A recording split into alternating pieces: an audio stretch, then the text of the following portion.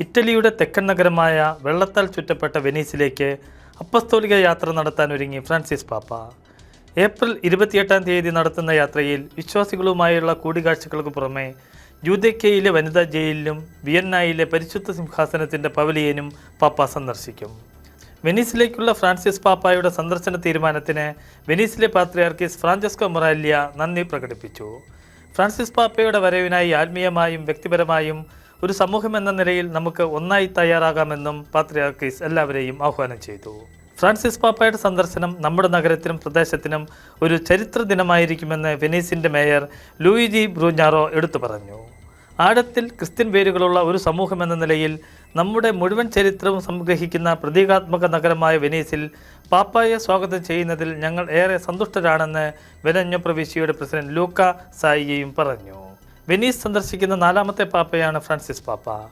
1972 Paul 6-ാമൻ പാപ്പായും 1985 John Paul 2-ാമൻ പാപ്പായും 2011 Benedict 16-ാമൻ പാപ്പയുമാണ് വെനീസിലേക്ക് അപ്പസ്തോലിക സന്ദർശനം നടത്തിയിട്ടുള്ള മറ്റു പാപ്പാമാർ.